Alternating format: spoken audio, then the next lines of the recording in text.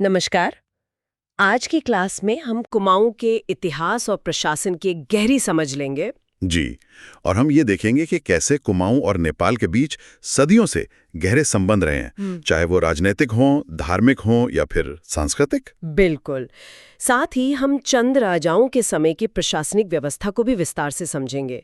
मतलब राजा से लेकर गांव तक शासन असल में चलता कैसे था।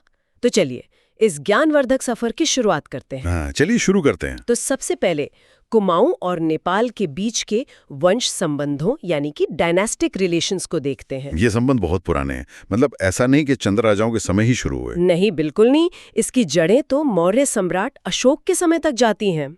उन्होंने अपनी पुत्री चारुमिता का विवाह नेपाल के राजकुमार देवपाल से कराया था। अच्छा, तो ये एक तरह की डिप्लोमेसी थी उस जमाने की। हाँ बिल्कुल। इसके बाद किरात आए, जिन्हें राई राजा भी कहा जाता था, और उन्होंने तो कुमाऊं और नेपाल दोनों जगहों पर राज किया।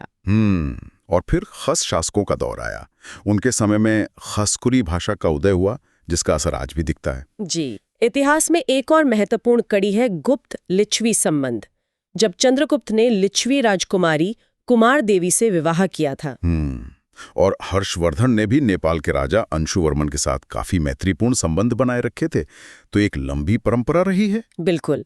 अब एक सवाल उठता है जो अक्सर छात्र पूछते हैं, जी। सर क्या इन राजनीतिक संबंधों का असर धर्म पर भी पड़ा? हाँ, ये बहुत अच्छा सवाल है, क्योंकि राजनीति और धर्म अक्सर साथ साथ चलते हैं। बिल्कुल। तो अब हम धार्मिक आदान प्रदान यानी रिलीजियस एक्सचेंज की बात करते हैं। गुरु गोरखनाथ का नाम तो सबने सुना है। जी, गोरखपुर शहर उन्हीं के नाम पर है। हाँ, पर उन्होंने नेपाल में भी धर्म का प्रचार किया, और नेपाल की जो गोरख पहाड़ी है उसका नाम भी उन्हीं के नाम पर है। अच्छा। वो मूल रूप से नेपाल के थे, चंदवंश के ही राजकुमार थे जो बाद में साधु बन गए। और आज उनकी पूजा होती है? आज अल्मोड़ा के लगभग हर घर में उनकी पूजा होती है। इसी तरह गोपीचंद भी एक प्रसिद्ध फकीर थे जो नेपाल के थे। मतलब आस्था की कोई सीमा नहीं थी। कोई सीमा नहीं। यहाँ तक कि हमारे कई स्थानीय देवता जैसे गोरिल देवता और रीत देवता, उनकी जड़ें भी नेपाल में ही हैं। तो धर्म के साथ साथ त्योहार और संस्कृति पर भी इसका गहरा प्रभाव पड़ा। कुमाऊं का जो प्रसिद्ध त्योहार है हिल जात्रा, जी, वो नेपाल से मिला एक उपहार है। नेपाल में इसे इंद्र जात्रा के नाम से जाना जाता है। अच्छा, तो ये एक ही त्योहार है? हाँ, यहाँ छात्र अक्सर गलती करते होंगे। हाँ, ये याद रखना जरूरी है कि हिल जात्रा और इंद्र जात्रा एक ही त्योहार हैं, बस अलग अलग क्षेत्रों में नाम अलग अलग हैं। और दूसरी परंपराएं भी होंगी। बिल्कुल। हरेला, घुघुतिया और ओल्गा जैसी परंपराएं भी इसी सांस्कृतिक विरासत का हिस्सा हैं। यहाँ तक कि भाषा पर भी नेवारी और खसकुरी जैसी नेपाली भाषाओं का कुमाऊनी पर प्रभाव पड़ा। और कुछ सामाजिक रीति रिवाज भी। जी, जैसे पीठ पर बोझा ढोना, अंतिम संस्कार की कुछ त्वरित प्रक्रियाएं, ये सब भी उसी साझा संस्कृति का हिस्सा है। बहुत दिलचस्प है। चलिए अब दूसरे हिस्से पर आते हैं, चंदवंश की प्रशासनिक व्यवस्था।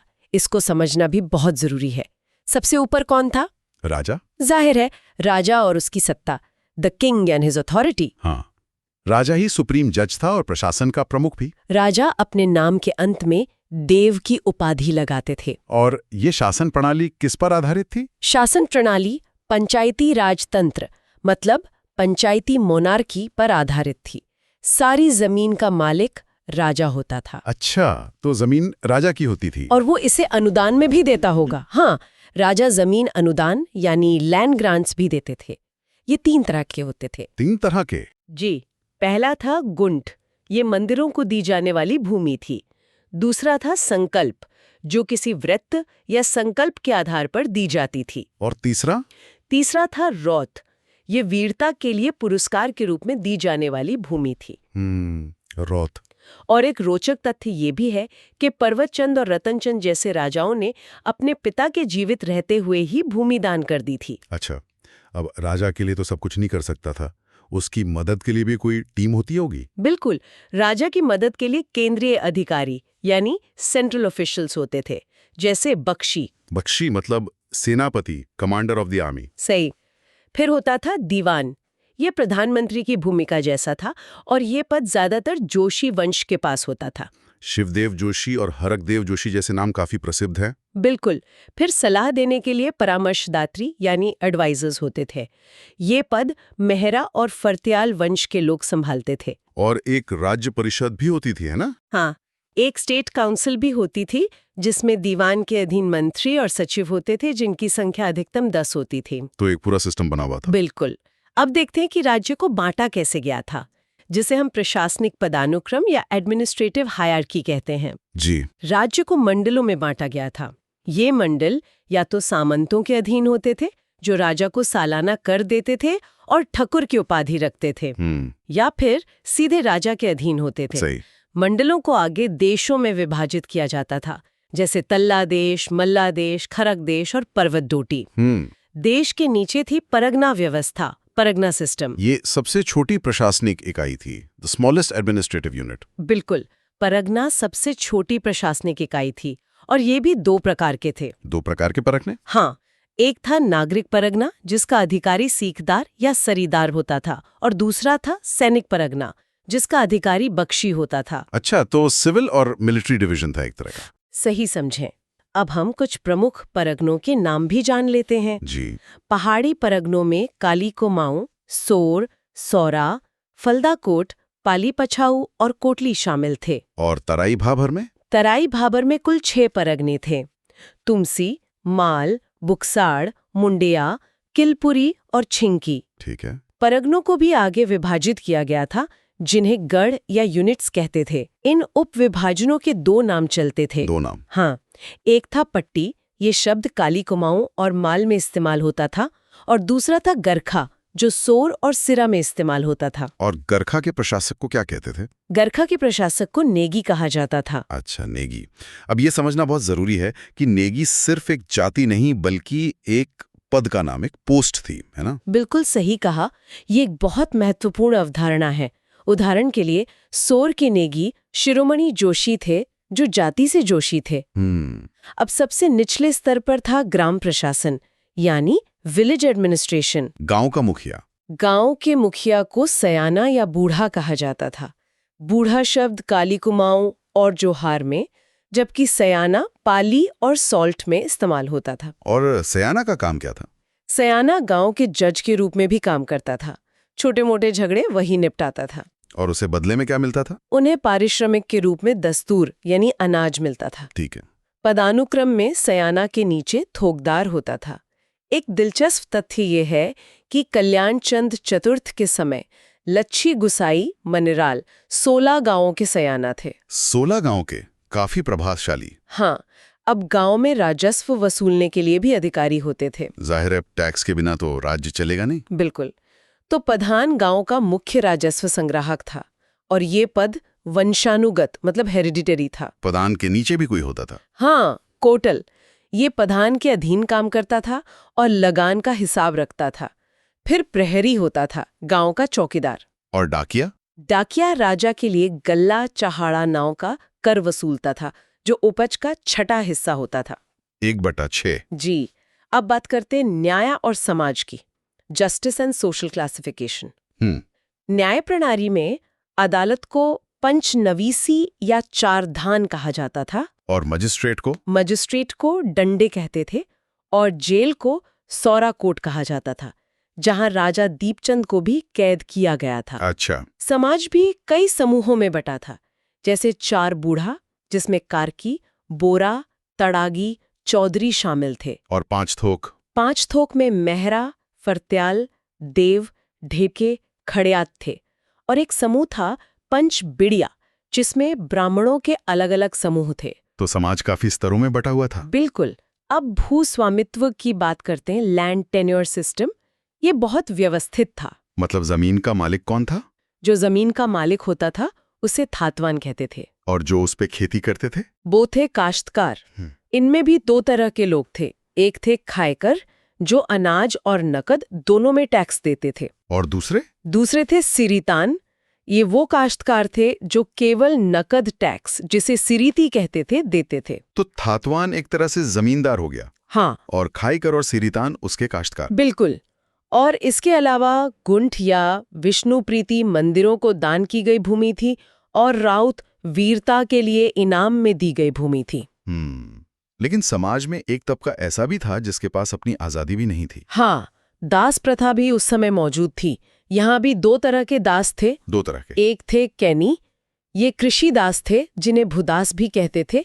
ये राजधानी तक अनाज पहुंचाते थे। इनके कुछ अधिकार भी थे शायद? हाँ, कुछ सीमित अधिकार थे, जैसे इन्हें जमीन के बिना बेचा नहीं जा सकता था और ये जूठा नहीं खाते थे। और दूसरे थे छोड़ा या छोड़ी। जी, ये घरेलू दास थे, डोमेस्टिक स्लेव्स।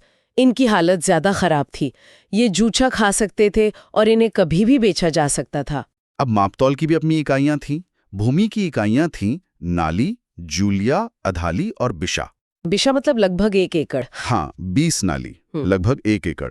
और वजन की इकाई मसा थी, जो 2 किलो से कुछ कम होती थी। ठीक है। तो अब सबसे दिलचस्प हिस्से पर आते हैं, कराधान यानी टैक्सेशन। 36 रकम। हाँ, चंद शासन में 36 रकम और 32 कलम नामक कर प्रणाली थी, जिसे बाद में गोरखाओं ने समाप्त कर दिया। तो कुछ मुख्य करों के बारे में बात करते हैं। सबसे पहला है सिरती।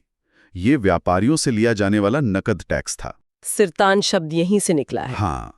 फिर था जूलिया या सांगा। ये नदी के पुलों पर लगने वाला टैक्स था।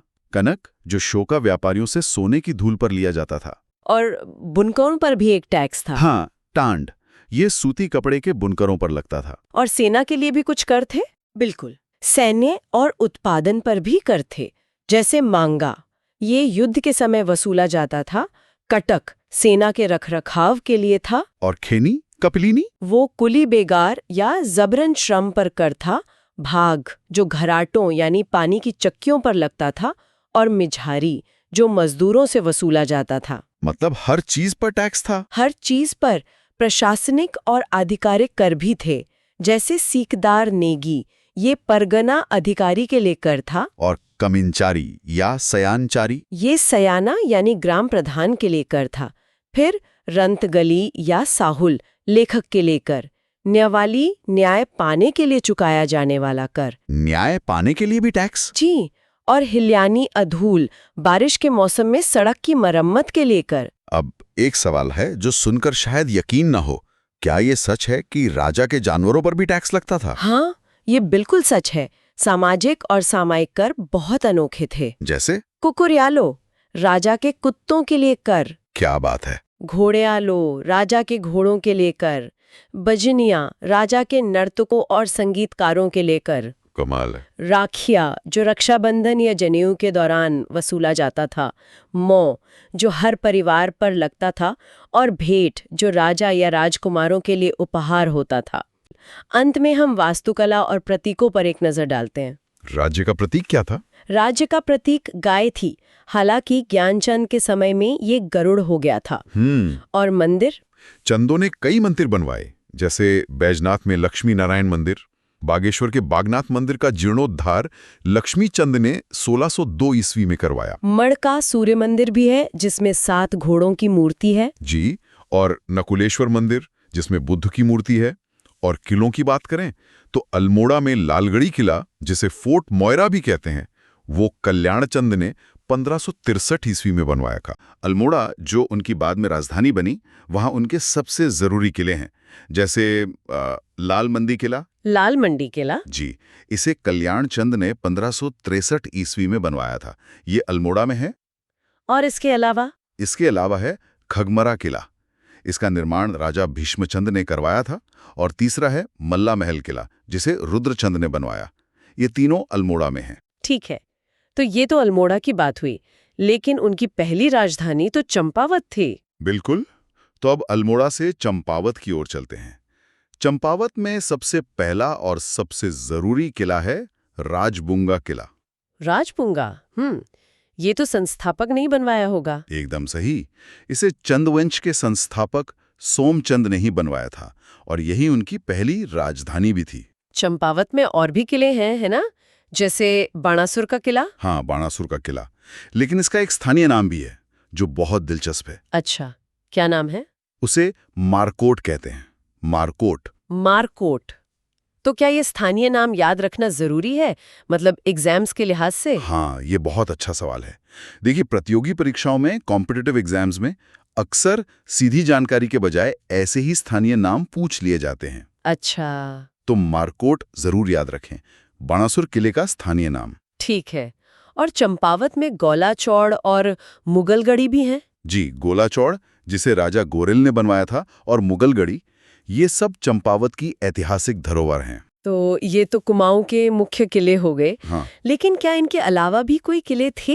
हाँ बिल्कुल। जैसे अल्मोड़ा में ही एक नेथड़ा किला है, माना जाता है कि ये गोरखाकालीन है। और चंपावत से थोड़ा आगे लोहाघाट चंपावत में सिरमोही किला है, और रुद्रपुर का किला भी है जिसे काशीपुर में शिवदेव जोशी ने बनवाया था। तो इतने बड़े इलाके पर शासन करने के लिए एक मजबूत प्रशासन भी जरूरी रहा होगा। यकीनन। अब बात करते हैं चंद शासकों और उनके प्रशासन की कुछ खास बातों की। ठीक है। कहा जाता है कि जो संस्थापक था सोमचंद, वो कुमाऊं में महमूद गजनवी के आक्रमण के समय आया था। अच्छा, और ये राजा लोग कोई खास उपाधियां भी लेते थे? श्री राजाधिराज और महाराजाधिराज जैसी बड़ी बड़ी उपाधियां धारण करते थे। और राजकुमारों के नामकरण का भी कोई खास तरीका था? जी, एक सामान्य नियम था कि राजकुमारों के नाम से पहले कुंवर या गुसाई लगाया जाता था। कुंवल या गुसाई? लेकिन क्या इसमें कोई अपवाद माने कोई एक्सेप्शन भी मिलता है? मिलता है, और ये बहुत इंटरेस्टिंग है। भारती चंद के जाखम ताम्रपत्र में, मतलब कॉपर प्लेट में, एक अपवाद है। वो क्या है? उसमें पर्वत चंद के नाम से पहले कुंवर लगा है, जबकि जो छोटा पुत्र था रत्नचंद, उसके नाम के बाद कुंवर का प्रयोग हुआ है। ये तो अजीब है ना? ये दिखाता है कि नियम हमेशा एक जैसे नहीं थे। एक और खास बात है वंशावली की, मतलब जीनियोलॉजी की। वो क्या? चंदों के ताम्रपत्रों में आमतौर पर वंशावली नहीं मिलती। वो अपने पिता या दादा का नाम नहीं लिखते थे। लेकिन इसका भी कोई अपवाद है? हाँ, एक बहुत महत्वपूर्ण अपवाद है जगत चंद का बरम ताम्रपत्र। इसमें पिता का नाम अंकित है। ये इसे बहुत खास बना देता है। अच्छा, और ये ताम्रपत्र बनाता कौन था? मतलब लेखक और उकेरने वाले? देखिए, जो लेखक होते थे और राइटर्स, वो जोशी होते थे, जिन्हें जोईसी भी कहा गया। जोशी। और जो उत्कीर्णन का काम करते थे, एनग्रेविंग का, उन्हें सुनार या सुधार कहते थे। सुनार या सुधार। हाँ, ज्ञानचंद के गोबासा ताम्रपत्र में तो उत्कीर्णक के लिए एक बहुत ही विशेष शब्द मिला है, लिखित इंद पदाकरण। क्या बात है। अच्छा, और उनकी राजधानियों के बारे में थोड़ा और बताइए। तो उनकी जो पहली या प्रारंभिक राजधानी थी, फर्स्ट कैपिटल, वो थी चंपावत, काली और चंपावती नदी के तट पर। और दूसरी? बाद में उन्होंने अपनी दूसरी राजधानी, सेकंड कैपिटल, अल्मोड़ा को बनाया, जिसे आलमनगर भी कहते थे। ये कोसी नदी के तट पर है। राजधानी के लिए वो कोई और शब्द भी इस्तेमाल करते थे? हाँ, बुंगा, राजापुर और राजधानी जैसे शब्द भी मिलते हैं। चलिए, अब कुछ प्रमुख प्रशासनिक शब्दों को समझते हैं। ये परीक्षा के लिए बहुत जरूरी होंगे। बिल्कुल। जैसे एक शब्द है सैलखनिया। सेलाखनिया। इसका क्या मतलब है? ये गोला बारूद रखने की जगह थी, मतलब उनका एम्यूनिशन स्टोर। अच्छा, शस्त्रागार। और एक शब्द है ठाठ। ठाठ? ये गाय बैल रखने की जगह होती थी। और सीकर? सीकर वो जगह थी जहां मांस के लिए जानवर जैसे बकरी या भेड़ रखे जाते थे। और इस सीकर का कोई अधिकारी भी होता होगा? हाँ, उसे कहते थे सीकरा या सांका। सीकरा या सांका। तो इन शब्दों और उनके अर्थों का मिलान करने वाले प्रश्न आ सकते हैं? बिल्कुल। मैच द फॉलोइंग वाले प्रश्न बहुत आम हैं, इन्हें ध्यान से याद रखें। ठीक है, तो ये तो हुआ प्रशासन। अब उस समय के समाज और जाति व्यवस्था पर एक नजर डालते हैं। जरूर। देखिए, चंद राजा खुद को चंद्रवंशीय राजपूत मानते थे। और बाकी लोग? ओझा जो ब्राह्मण थे और रावत जो राजपूत थे, वो कत्यूरी काल में ही इस क्षेत्र में आ गए थे। मतलब कुछ लोग बाहर से भी आए? हाँ, बहुत से लोग। जैसे कोश्यारी राजपूतों का मूल निवास बंगाल था। बंगाल से? जोशी और पंत ब्राह्मण महाराष्ट्र से आए, और बसेड़े राजपूत राजस्थान के बांसवाड़े से आए थे। तो मतलब कुमाऊं का समाज एक तरह का मेल्टिंग पॉट था। बिल्कुल। अब ब्राह्मणों में भी 3 मुख्य वर्ग थे। सबसे श्रेष्ठ चौथानी, फिर पंचबिड़िया और फिर खस ब्राह्मण। अच्छा, पितलिया ब्राह्मण भी एक नाम सुनने में आता है। हाँ, वो एक स्थानीय भाषा का नाम है, और ताम्रपत्रों में राजस्थानी ब्राह्मणों के लिए ठक्कर शब्द का प्रयोग हुआ है। और राजपूतों में भी ऐसे वर्ग थे? जी, राजपूत 2 तरह के थे। आर्य राजपूत जो बाहरी थे, और इनमें चंद वंशज भी शामिल थे, और दूसरे थे खस राजपूत जो स्थानीय थे। और व्यापार करने वाला वर्ग? वैश्य वर्ग को साहू कहा जाता था, और एक दिलचस्प पद था पौरी। ये राजमहल के चौकीदार होते थे। और जो कारीगर थे, शिल्पकार? उत्कीर्णक मतलब इंग्रेवर्स थे सुनार और टमटा, और जो बुनकर थे, वीवर्स, वो राजकोली कहलाते थे। उस समय व्यापार भी होता होगा। हाँ, जैसे तिब्बत से बोरेक्स का आयात होता था। और धार्मिक विश्वास कैसे थे? प्राचीनतम देवता कौन थे? उस समय के प्राचीनतम देवता थे एड़ी और घुरड़िया। ये पशुचारक देवता थे, मतलब पेस्टोरल डीटीज। पशुचारक देवता, ये बहुत दिलचस्प है। हाँ, और एक रोचक तथ्य ये भी है कि नाली शब्द का पहला प्रयोग तमिल साहित्य में मिलता है। क्या बात है। तो चलिए अब सबसे महत्वपूर्ण हिस्से पर आते हैं, चंदकाल की मापन इकाइयां यानी मेजरमेंट यूनिट्स। ये थोड़ा जटिल है पर बहुत जरूरी है। सबसे पहले भूमि मापन इकाइयां, लैंड मेजरमेंट यूनिट्स। इसमें तो मुट्ठी और नाली सबसे मुख्य थे, है ना? जी, इनका संबंध था 16 मुट्ठी बराबर एक नाली। और क्षेत्रफल में, एरिया में एक नाली कितना होता था? एक नाली लगभग 200 वर्ग मीटर के बराबर होती थी और 2.5 नाली मिलकर 1 बीघा बनता था। और बड़ी इकाइयां, लार्जर यूनिट्स? 1 हेक्टेयर में 50 नाली होती थी। ये बड़ी माप थी। ठीक है। और मुद्रा प्रणाली, करेंसी सिस्टम कैसा था? रुपये की सबसे छोटी इकाई थी कुड़ी। 10 कुड़ी की एक दमही बनती थी। और 16 आना का 1 रुपया। अब बात करते हैं बहुमूल्य धातुओं की। सोना चांदी कैसे मापते थे? उसके लिए रत्ती और माशा का प्रयोग होता था। रत्ती और माशा? हाँ, 12 माशा का 1 तोला होता था, जो लगभग 10 ग्राम था, और 5 तोला का 1 पल होता था। सर, ये जो अनाज या ठोस मापने की इकाइयां हैं, इनमें बहुत कंफ्यूजन होता है। समझ सकता हूँ। इसका सबसे अच्छा तरीका है एक चेन बनाकर याद करना। चलिए देखते हैं। जी। सबसे छोटी इकाई थी 1 मुट्ठी, जो होती थी 62.5 ग्राम। ठीक है, 1 मुट्ठी। 8 मुट्ठी का बनता था 1 सेर, यानी 500 ग्राम। आधा किलो। फिर 2 सेर की 1 कोड़ी, मतलब 1 किलो, और 2 कोड़ी का 1 पाथा, मतलब 2 किलो। मुट्ठी, सेर, कोड़ी, पाथा।